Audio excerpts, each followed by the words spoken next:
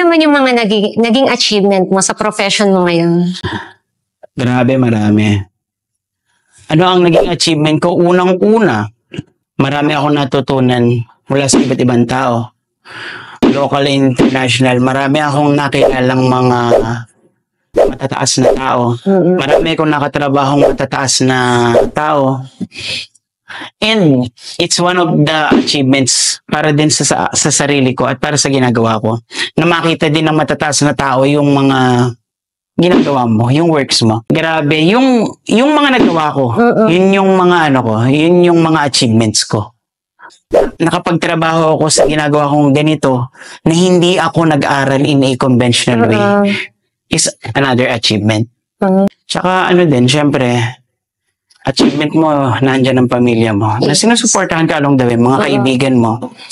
At ngayon, achievement din na yung mga dating tinitingnan mong matataas na tao, one text away mo na lang. Pag meron kang gustong matutunan or may mga iba kang pangangailangan sa negosyo. Yes. Kasi yung connections, blessings talaga yan eh.